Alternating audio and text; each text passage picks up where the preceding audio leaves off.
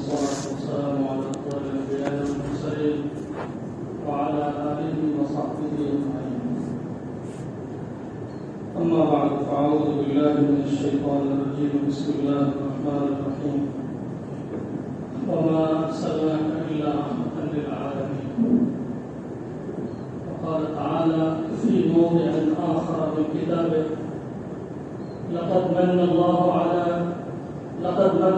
على المؤمنين إذ بعث فيهم رسولا منهم يتلو عليهم آياته ويزكيهم ويعلمهم الكتاب والحكمة وإن كانوا من قبل لفي ضلال مبين. وعن أبي هريرة رضي الله عنه أنه قال رسول الله صلى الله عليه وآله وسلم: لا يؤمن أحدكم حتى أكون أحب إليه من والده وولده والناس أجمعين، وكما قال عليه الصلاة والسلام. حضرات گرامی عزیز بھائیوں، طلبہ عزیز، آج ماہ ربیع الاول کی 10ویں تاریخ ہے۔ اسی ماہ مبارک میں نبی پاک صلی اللہ علیہ وسلم پیدا ہوئے تھے۔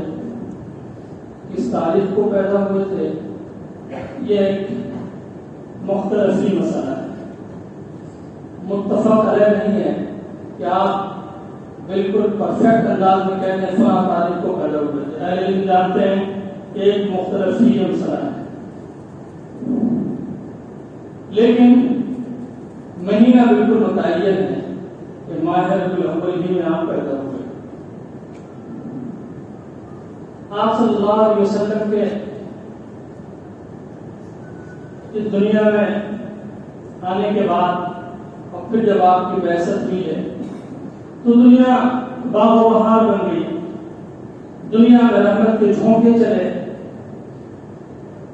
دنیا میں اللہ تبارک و تعالیٰ نے آخری پیغام آپ صلی اللہ علیہ وسلم کے ذریعے بھیجا، لوگوں کو ہدایت نصیب ہوئی، یہ ساری چیزیں ہوئی۔ آپ سے پہلے یہ جو حالات دیکھ رہے ہیں، آپ سے پہلے یہ ممکن نہیں تھا، آپ کے بعد یہ سارا انقلاب آیا نہیں۔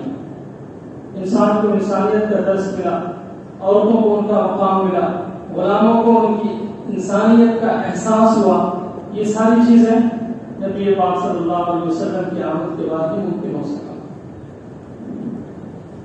لیکن آپ دیکھیں گے کہ ادھر کچھ سالوں سے بس ماہ مبارک آتا کیا ہے کہ بس مسلمان سمجھتے ہیں کہ اب نبی پاک صلی اللہ علیہ وسلم سے محبت کے اظہار کا بس ایک مہینہ یہی ہے، مہینہ نہیں، ایک دن ہے 12 ربیع الاول۔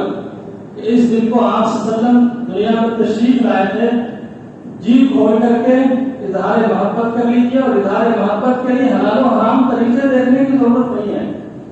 ابھی آپ لوگوں نے دیکھا ہوگا ایک ویڈیو جاری کیا کسی نے کسی مسجد کے اندر، کیا بوڑھا اور کیا جوان اور کیا بچہ اور کیا عالم اور کیا غیر عالم، سب کے سب کود رہے، رقص کر رہے ہیں یا رسول اللہ۔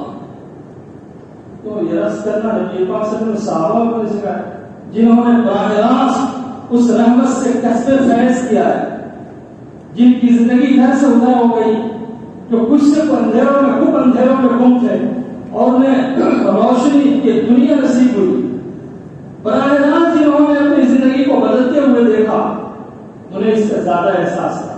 فطری ہے، آپ میں سے آپ کوئی دعویٰ نہیں کر سکتا نہیں ہمیں زیادہ محبت نبی پاک صلی اللہ علیہ وسلم سے، جھوٹا ہوگا وہ لوگ کہہ پڑے، اول ہمت ہی نہیں ہوگی، لیکن بالکل دیوانہ اور پاگل ہوگا تو کہے گا کچھ ہونا ہم زیادہ محبت کرتے ہیں، اس لیے ہم زیادہ ناشتے ہیں مسجد میں، زیادہ یا رسول اللہ کرتے ہیں۔ صحیح معنوں میں یا رسول اللہ وہی کہہ سکتے تھے کہ وہ سامنے تھے، نبی کے مخاطب ہوتے تھے، نبی کی منادی سنتے تھے، نبی کبھی کہتا یا ابا بکر تو کہتے یا رسول اللہ، لبیک یا رسول اللہ، یا عمر یا علی یا عثمان یا فلان تو وہ جواب میں کہتے ہیں لبیک یا رسول اللہ۔ صحیح معنوں میں ان کی زبان سے الفاظ جش نہیں سکتا ہے۔ آج ہوائی فائر کرنے سے کیا فائدہ؟ عجیب ہے، میں صاف طور سے آپ سے کہتا ہوں، آپ قرآن دیکھ لیجیے، حدیثیں دیکھ لیجیے، صحیح معنوں میں اگر اظہار محبت کرنا ہے دیوانگی کے ساتھ تو قرآن اللہ تبارک تعالیٰ سے محبت کرنے کا اعلان کرتا ہے یا تعلیم دیتا ہے. قُلْ إِن كُنتُمْ تُحِبُّونَ اللَّهَ فَاتَّبِعُونِي. نبی سے محبت نبی کی اتباع ہے. محبت کرنے کا اگر کچھ جذبہ ہے تو قرآن سے تو ہمیں یہ سمجھ میں آتا ہے کہ اللہ تبارک تعالیٰ سے محبت کا اظہار زیادہ ہونا چاہیے. وَالَّذِينَ آمَنُوا أَشَدُّ حُبًّا لِلَّهِ. ایمان والوں کو اللہ سے بے پناہ محبت ہوتی ہے. میں قرآن و حدیث میں یوں فرق نہیں کرتا کہ ایک کو مانے دوسرے کو نہ مانے. حدیثوں سے ضرور یہ ثابت ہوتا ہے کہ نبی پاک صلی اللہ علیہ وسلم نے فرمایا تھا کہ مجھ سے زیادہ محبت کرو. لیکن میں یہ کہتا ہوں کہ قرآن میں جو سب سے پہلا مصدر ہے، مصدر اول ہے، اس مصدر اول میں اللہ سے محبت کا دم بھرنے کا زیادہ حکم ہے. والذین آمنوا اشد حبا للہ. ایمان والوں کو اللہ سے بے پناہ محبت ہوتی ہے. اور اللہ تبارک و تعالیٰ تو نبی کو قل کا مخاطب کون ہے؟ نبی پاک صلی اللہ علیہ وسلم سے. اللہ کا قل اپنے امت سے دنیا انسانیت کو کہہ دو ان کنتم تحبون اللہ، اگر تمہیں اللہ سے محبت ہے فاتبعونی، میری اتباع کرو، میری پیروی کرو، میری باتیں مانو، میری سنت عمل پیرا ہو جاؤ. تو اگر نبی سے محبت کا کوئی مظہر ہے تو اتباع آثار نبوت ہے. صحابہ کرام نہایت مہذب لوگ تھے. آپ نے نبی کی مجلس کے بارے میں پڑھا ہوگا حدیث کی کتابوں میں کہ نبی پاک صلی اللہ علیہ وسلم کی مجلس میں جب بیٹھتے تھے تو ان علی رؤوسہم الطیر، جیسے ان کے سروں پہ پرندے بیٹھے ہوں.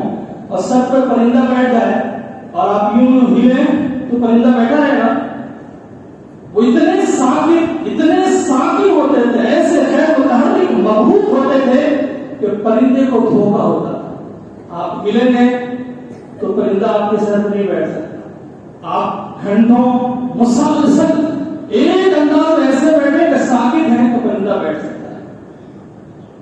تو صحابہ کی شان تو یہ تھی کہ نبی صلی اللہ علیہ وسلم کی مجلس میں بیٹھتے تھے تو آدمی کی طرح نہیں بلکہ ٹھٹ کی طرح سے ہو جاتے تھے. جیسے آپ درخت کی ٹوٹ دیکھیں، آدھا کٹا ہوا آدھا پڑا ہوا ہو، وہ ہلتا ہوتا تو نہیں ہے. تو صحابہ ایسے ساکت ہو جاتے تھے نبی صلی اللہ علیہ وسلم کی بات. اور ادب کا یہ انداز ہوتا تھا کہ چہرے کی طرف دیکھنے کی ہمت نہیں ہوتی تھی، سر جھکا کر بالکل خاموش بیٹھے ہیں. نبی کا آپ چلیے نبی سے آپ محبت کا دم کر رہے ہیں تو نبی کے وجود کا آپ کو بہت زیادہ احساس رکھتے ہیں تو پھر ادب کا ہم بھول جاتا ہے. ویسی ادب کا بھی استحضار ہونا چاہیے کہ نبی کی مجلس میں ہم بیٹھے ہوئے ہیں اور نبی ہمارے سامنے ہے تو پھر ادب کیسا، کس درجے کا ہونا چاہیے. رقص کرنا شروع کر دیں، راستے جام کرنا شروع کر دیں. افسوس ہے نبی پاک صلی اللہ علیہ وسلم کی حدیث لا تکونوا امعا، دیکھا دیکھی کام کرنے والے نہ بنو. تاک جھانک کر کے وہ کیسے کرتے ہیں، وہ کیسے کرتے ہیں، وہ کیسے کرتے ہیں، ہم بھی ویسے ہی کریں گے. ایسا نکما آدمی ہوتا ہے جس کے دماغ میں گھس بھر گیا ہو، جس کے سمجھ میں نہیں آتا کہ کیا کرنا چاہیے، کرنے کے کیا کام ہے.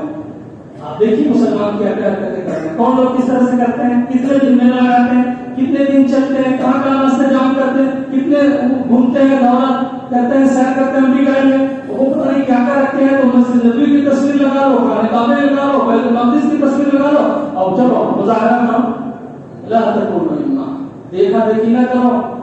تمہارے پاس واضح تعلیمات ہیں، ان تعلیمات کے بالکل میں اس کا ہرگز مخالف نہیں کہ ماہ ربیع الاول آئے اور کوئی مخصوص تاریخی سے جس کے بارے میں آپ کو اطلاع ہے، کسی تاریخ کو نبی پاک صلی اللہ علیہ وسلم دنیا میں تشریف لائے تھے تو اس دن اگر انما الاعمال بالنیات، اگر نیت سچی ہے اور اس ناحیے سے اس محدود دائرے میں کہ نبی پاک صلی اللہ علیہ وسلم کا جو احسان عظیم ہے دنیا انسانیت، اس کا استحضار کر لیں. آپ کے گھر کے سوچیں وہ سارے فتنے ہمارے اس دور میں بھی ہیں جو نبی صلی اللہ علیہ وسلم کے دور میں تھے اور آپ نے دنیا انسانیت کو تاریکیوں سے روشنی کی طرف نکالا تھا. وہ تاریکیاں آج بھی ہیں، آج ہم نکلے وہ روشنی کی طرف ہی نبی کا احسان ہے. اگر اس کا استحضار کرتے ہوئے ایک گھڑی کے لیے مجلس کر لیں، آپ کوئی جلسہ کر لیں مختصر، تو اس کی گنجائش بالکل ہے. لیکن ان تماشوں کی گنجائش کون ہے، کہاں سے گنجائش؟ مطلب کیوں جھوٹ بولے بلا ہو جائے؟ کرنا کچھ ہے اور بہانا کسی چیز کو بنا، نبی کی محبت کا بہانا بنا کر کے اپنے ناچنے اور رقص کرنے کے جذبے کو پورا کر رہے ہیں. دنیا نے کیا کری؟ من کرتا ہے رقص کرنے کو اور حوالہ عنوان لگاتے ہیں محبت نبی، نبی کا تولد. مجھے بتاؤ صحابہ میں سے کسی نے رقص کیا ہو اور اس عنوان سے کیا ہو کہ نبی صلی اللہ علیہ وسلم آپ کی آمد کی یاد آ گئی ہے اب ہم رقص کر رہے ہیں خوشی میں؟ رقص کرنے والا جتنی دیر رقص کی حالت ہو تو پاگل دیوانہ ہوتا ہے. آپ کو معلوم ہے رقص و سرور اسلام میں ناجائز ہے. ہر وہ عمل جو انسان کو پاگل بنا دے، وہ ایک گھڑی کے لیے اپنی عقل کھو دے، یہ کیفیت اور یہ حالت اسلام میں جائز نہیں ہے. شراب کیا ہے؟ حرام. شراب سے ہوتا کیا ہے؟ قرآن نے ثابت کیا ہے کہ کچھ فائدے تو ہے شراب میں. کیا اسم و منافع و اسم و اکبر من نفعہما، مذہب کی چیزیں ہیں، شراب میں فائدے ہوتے ہیں کچھ لیکن مزاحمت زیادہ ہے. سودا کیا ہونا چاہیے؟ نفع نہیں ہے نقصان کا. سودا نفع کا ہونا چاہیے، زیادہ نفع ہونا چاہیے، کم سے کم نقصان ہونا چاہیے. انسان میں تو ایلو میں دوائی استعمال کرتے ہیں، ایلو پیٹ دواؤں میں فائدہ زیادہ لیکن کچھ نقصان بھی ہوتا ہے، سائڈ افیکٹ ہے اس کے اندر. وہ کیوں کھاتے ہیں لوگ؟ کہ جو بڑی بیماری ہوئی ہے وہ تو ختم ہو جائے گی، جان لیوا ہے، چلیے کھجلی ہو جائے گی، چلیے یہاں بھی نقصان ہو جائے گا، اس کو برداشت. نقصان تھوڑا ہے، نفع رہتا ہے. لیکن نقصان زیادہ ہو نفع کم ہو تو ایسا آپ نے بزنس نہیں دیکھا اس میں نقصان زیادہ ہوگا. 100 کا خریدے کہ آپ کو 80 روپے بیچیں گے. آپ کے کوئی کب تک کرے گا ایسا کام؟ دیوالیاں نہیں ہو جائے گا. تو شراب اسلام میں حرام ہے اس لیے کہ شراب انسان کی عقل پر چھا جاتی ہے. جتنی دیر نشے کی حالت ہوتا ہے انسان، وہ آدمی نہیں ہوتا، وہ غیر سبیل عقول ہوتا ہے. غیر سبیل عقول کسے کہتے ہیں؟ انسان کے علاوہ جو جانور ہے وہ غیر سبیل عقول ہے. شراب جو پی لیتا ہے اور جب تک نشے میں ہوتا ہے وہ غیر سبیل عقول. تو جسے اللہ نے سبیل عقول میں سے بنایا ہے، جائز نہیں ہے کہ وہ اپنے کو کچھ لمحوں کے لیے غیر سبیل عقول بنا لے. تو شراب سے نشہ آتا ہے، ویسے ہی میوزک سے بھی نشہ آتا ہے. میوزک سے اور ایسی کچھ کیفیات سے جس میں آدمی تھکنے لگے، رقص و سرور کی کیفیت میں آ جائے، وہ معمول پر نہیں ہوتا. اور انسان کو ہمیشہ معمول اور توازن پہ رہنا چاہیے. توازن کھونا، اگر جان بوجھ کے توازن کھونا ہے کوئی وہ گناہ کا کام کر رہا ہے، جائز نہیں ہے. اب بھلا بتائیے نبی پاک صلی اللہ علیہ وسلم کا تذکرہ ہو، آپ کی پیدائش کا تذکرہ، آپ کے احسانات کا تذکرہ، آپ نے جو کچھ دنیا کو دیا اس کا تذکرہ، اور اس میں رقص و سرور ہونے لگے، تھکنے لگے. بوڑھے بوڑھوں کو تھکتے ہوئے دیکھ کر ہنسی آتی ہے کہ نبی کی مجلس سے جا کر یہ کس کی محفل کی کا یہ منظر پیش کرتے ہیں. نبی پاک صلی اللہ علیہ وسلم کی کسی مجلس میں کوئی ثابت کر سکتا ہے رقص و سرور؟ کہ صحابہ تھکنے لگے اور نبی صلی اللہ علیہ وسلم سے کہتا ہوں کہ آپ سے مجھے بہت زیادہ محبت ہے، آپ کی محبت میں ہم یہ حرکتیں کر رہے ہیں.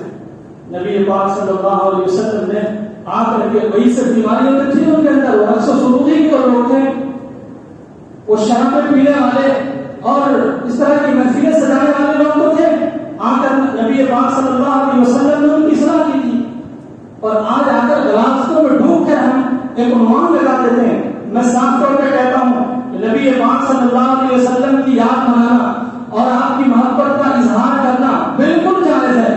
بالکل ماہ ربیع الاول میں کوئی مجلس سجائے، نبی پاک صلی اللہ علیہ وسلم نے دنیا کو جو کچھ دیا ہے نوازا، اس کا تذکرہ کرے اور اس کے لیے اپنے سر کو نبی کے احسان کے سامنے جھکا لے، اکتاب ثواب ہے. لیکن محفلیں سے وہ قافلے گزارنا اور یہ تصویر لگانا اور ڈی جے ہے اور کیا ہے تماشے ہیں، یہ سب دین کے نام پہ فتنہ ہے. یہ مسلمانوں کا ناکارہ پن ہے. وہ پاک جھام کر کے کرنے لگے، حالانکہ ان کے لیے دو بستر ہے، سرچشمہ ہے قرآن و سنت. قرآن و سنت اور صحابہ کی زندگی یہ ان کی نمونہ ہے، وہ کیسے رہتے تھے، کیسے کرتے تھے، بس اس کو دیکھ کو نہیں کرنا تھا. لیکن وہ نقل کرنے لگے دوسروں، یعنی دوسروں سے مسابقہ مقابلہ آرائی کرنے لگے اور انہی طریقوں کے ذریعے اپنے مرنے کا سارا انتظام مسلمان نے کیا ہوا ہے. کبھی آپ غائب نہیں ہو سکتے ان سے، ان فکروں کے راستوں سے. آپ کے لیے کتاب و سنت یہی کامیابی کا راستہ ہے. آپ مطلب آج کل جو علماء کی شکل میں جو لوگ آ رہے ہیں، اب تو علماء کی بڑی کثرت ہو گئی ہے نا، اور کثیر تعداد میں. یہ وہی زمانہ ہے جس زمانے کے بارے میں حضرت عمر نے کہا تھا ایک زمانہ آئے گا کہ پڑھنے والے بہت کثیر القرآن قلیل الفقہاء. وہ زمانہ آئے گا کہ لکھے پڑھے لوگ بہت ہوں گے پر سمجھدار میں بہت تھوڑے ہوں گے. بات کی تہ تک پہنچنے والے خان ہوں گے. آج کتاب و سنت کا حوالہ دینے والے بہت لوگ ملتے ہیں اور اتنے مواقع پیدا کرتے ہیں. پچھلے سال ایک مضمون ایک لیکچر آیا کسی بڑے عالم کو پاکستان کے رہنے والے، ویڈیو ان کی بہت عام ہوئی. میرے پستان کے لگا گئے، ان کو لگا کہ واقعی صاحب کی بات تو بالکل درست ہے. میں نے اس کا ایک جواب لکھا تو مولانا کا جواب آیا کہ مولانا جاوید صاحب میں تو گر چکا تھا، آپ کا مضمون نہ دیکھتا تو میں مانتا کہ واقعی یہ صاحب صحیح کہہ رہے ہیں. اس سال بھی اس مضمون کو لوگوں نے شائع کرنا عام کرنا شروع کیا ہے. انہوں نے 4 باتوں کو بتایا کہ اسلام کی بنیاد ہے. ان 4 میں سے ایک بات جو نہایت بغض انگیز تھی وہ یہ تھی کہ لوگ کہتے ہیں کہ میلاد منانے کی دلیل لاؤ. یہ غلط ہے. جو لوگ ناجائز کہہ رہے ہیں میلاد کے جو طریقے آج کل رائج ہوئے ہیں، ڈی جے بجانا اور قافلے نکالنا اور جھنڈے لے کے چلنا اور راستے جام کرنا اور منہ ہلکا کرنا اور رقص و سرود کرنا، ان تمام چیزوں کا نام میلاد ہے. کہ لوگ کہتے ہیں کہ یہ جائز نہیں ہے، جو ناجائز کہہ رہے ہیں وہ اس کی دلیل ہے. اس لیے کہ نبی نے کسی چیز سے منع نہ کیا اور بھی دین ہے. اب لوگوں نے تو بات تو صحیح ہے، اس عنوان سے نبی نے کہاں منع کیا ہوا ہے، جس کو محدثین کی اصطلاح میں تقریر کہتے ہیں. یہ بہت بڑا مقام ہے. کوئی پوچھے کہ کیا میلاد کی نوعیت کی جو آج کل کر رہے ہیں کوئی چیز تھی کہ نبی کے زمانے میں، اور نبی کے علم میں وہ چیز آ رہی تھی اور آپ نے خاموشی اختیار کی؟ یہ تو نیا فتنہ ہے. میں نے کہا کہ اس میلاد کو اگر اس شکل میں محدود رکھتے تو کوئی کلام نہیں کرتا. لیکن ابھی جو نئی شکلیں آ گئی وہ فتنے کی شکلیں ہیں. اور اس میں یہ کہنا کہ نبی نے کہاں منع کیا ہے، اس میں قرآن میں کہا اس کی ممانعت آئی ہے، تو کہا جائے گا کہ نبی کے زمانے میں، اصحاب کے زمانے میں، مجتہدین کے زمانے میں، بخاری مسلم کے زمانے میں، ابو حنیفہ شافعی مالک حنبل کے زمانے میں چیزیں نہیں تھیں. یہ بعد میں آئی ہے، اس لیے وہاں سے نہیں ہے. جو دین کے اصول ہے اس کے روشنی اس کو چیک کیا جائے گا. اگر حد کے اندر، اگر آپ آداب کے اندر ہیں، نبی سے محبت کا اظہار کیجیے، میلاد کی محفل سے جائیے، علماء کو بلائیے، تقریریں کرائیے، یہ جائز حدود میں یہ چیزیں بالکل جائز ہیں. لیکن اس سے آگے جو مظاہرے ہو رہے ہیں، آپ سب واقف ہے کیا کچھ ہو رہا ہے، تو اس کو جائز نہیں قرار دیا جا سکتا ہے. لیکن چونکہ جس کے من میں جو آئے کر سکتا ہے، مسلمانوں میں 20 فرقے ہیں، کوئی روک تھوڑی سکتا ہے، جس کے جو من میں آئے گا کرے گا. لیکن یاد رکھیے گا یہاں پر ایک کسوٹی بھی ہے. آپ اپنی مرضی کے مطابق کر سکتے ہیں، جو چاہے کریں، لیکن ایک کسوٹی بھی ہے. اس کسوٹی کے خلاف جو کچھ بھی آپ حرکات کرتے ہیں نا، وہ آخرت میں بھی ہونا ہے اور اس دنیا میں بھی اس کا آپ کو حساب دینا ہے. اس دنیا میں بھی آپ کو اس کا جو بدلہ ہے اور اس کا نفع نقصان اس سے گزرنا پڑتا ہے. میں آخری طور پہ یہ کہتا ہوں کہ ماہ ربیع الاول بالکل مبارک مہینہ، نبی پاک صلی اللہ علیہ وسلم کی آمد کا مہینہ، اس دنیا میں آئے اور دنیا کو آپ سے بہت کچھ ملا. ہمیں ہدایت ملی اور ہمیں آنکھ میں روشنی ملی. یہ سب کچھ صحیح، ہمیں سوچنے کا ایک طریقہ ملا. بھی بہت سے لوگ ہیں، بڑی دنیا ہے جس کو یہ سوچنے کا ڈر نہیں ملا. یہ سب نبی پاک صلی اللہ علیہ وسلم کے رحمت کا کرشمہ، یہ سب کچھ صحیح ہے. لیکن ہمیں حد میں رہنا ہی کچھ کر سکتے ہیں. جو صاحب ایمان ہیں، مومن ہیں، ان کے لیے محدود دائرے ہیں. یہ نہیں کہ جو من میں آیا کر دیا. بالخصوص نبی کے نام پر رقص و سرود، اس کی قطعاً اجازت نہیں ہو سکتی ہے. چاہے وہ رقص و سرود کرنے والا جیسا بڑا عالم بظاہر دکھتا ہو، وہ اس کا جواز پیش نہیں کر سکتا ہے. بالخصوص ایسی مبارک مجلس میں جس میں نبی کا حوالہ دیا جاتا ہو. دنیا میں کوئی کتنی ہی محبت کر لے، اس کو کم از کم یہ ماننا پڑے گا کہ جو نبی کے احباب تھے، جو نبی کے مخصوص لوگ تھے، جو نبی کو گھیرے رہتے تھے، نبی کی ایک ایک بات سنتے تھے، جس کے بارے میں عروہ بن مسعود ثقفی نے کہا کہ محمد صلی اللہ علیہ وسلم وضو کرتے ہیں تو ان کے اصحاب وضو کے پانی کو گرنے نہیں دیتے، وہ تو روک لیتے ہیں، ہاتھوں پہ اور چہرے پہ مل لیتے ہیں، اپنے ہاتھ پیر پہ مل لیتے ہیں. ان سے زیادہ محبت کرنے کا دعویٰ کوئی نہیں کر سکتا ہے. اگر آداب سیکھنے ہیں اور کیا کرنا ہے نہیں کرنا ہے ادھر دیکھنا پڑے گا. اور چند چیزیں وہ جس کی ضرورت علماء محسوس کریں جو مثبت ہوں, جس کی ضرورت سمجھ میں آئے. جیسے آپ کے مدرسے قائم ہیں تو ہمارے مدرسے خان ہیں اور بہت سے کام ہیں, اس کی افادیت تھوڑی افادیت ہے. اگر آپ یہ سمجھتے ہیں کہ اس موقع پہ جلسہ کرتے ہیں, مسلمانوں کو بیدار کرتے ہیں, نبی سے محبت کی ضرورت کا احساس دلائیں تو فائدہ ہوگا, تو یہ کہہ سکتے ہیں کہ علماء اس کو مناسب سمجھیں. لیکن جو پکڑے ہیں ان پکڑوں کی, ان جھمیلوں کی کوئی اجازت ہمیں اسلام میں نظر نہیں آتی. اور بہت سے علماء اس چیز کو کہتے ہیں جو میں کہہ رہا ہوں, لیکن آپ کہو گے تو بہت سے علماء تو کہتے ہیں سب کر سکتے ہیں, جائز ہے. تو پھر آپ کو جس پہ انشاء ہر آدمی کو بھی آزادی ہے, وہ زمانہ تو نہیں ہے. ہر آدمی اس تفتے طلبک اپنے دل کو مفتی بنائیے, اس سے فتوا لیجیے, آپ کا دل بتا دے گا آپ کیا کر رہے ہیں اور نہیں کر رہے ہیں. دل بھی فتوا ہونا اچھا دیتا ہے. دل تو اتنا اچھا مفتی ہے کہ جاہل سے جاہل لوگوں کا دل اچھا فتوا دیتا ہے. وہ جان جاتے ہیں کیا کیا ہوا ہے, اور چور دروازے تلاش کر تم ولی صاحب سے پوچھو, وہاں گنجائش مل جائے گی, ان ولی صاحب سے نہ پوچھو بن جائیں گے. آپ کا دل بھی اچھا مفتی ہے, اچھا فتوا دیتا ہے. بلکہ ایک مقام ایسا آتا ہے, ایک صاحب کو فتوے کی ضرورت ہے, ایک بڑے مفتی کو فون کیا اور مسئلہ بتایا, انہوں نے گمبھیر کچھ صورتیں بتا دی. اب وہ مفتی کیا بہت سے مسائل مفتی فتوا نہیں دے, انہوں نے کہا اچھا ہے آپ اپنے دل سے فتوا لے لو, آپ کا دل کیا کہتا ہے. وہ طلاق کا مسئلہ تھا, میاں بیوی کا مسئلہ تھا. مفتی صاحب نے کہا کہ جاؤ اپنے دل سے فتوا لو, تیرا دل اگر تجھے فتوا دے دے کہ رہو تو ٹھیک, اور دے کے نہیں تو پھر الگ ہو جائے. مفتی اپنے اندر نہیں جا سکتا نا. تم اپنی زندگی کی تنہائیوں اور نازک حالات سے واقف ہو, تو ایسی ہر مسلمان کے پاس ایک دل ہے, وہ اپنے دل سے فتوا لے لے کہ اس کا دل کیا کہتا ہے. اللہ تبارک و تعالیٰ آپ کو سمجھنے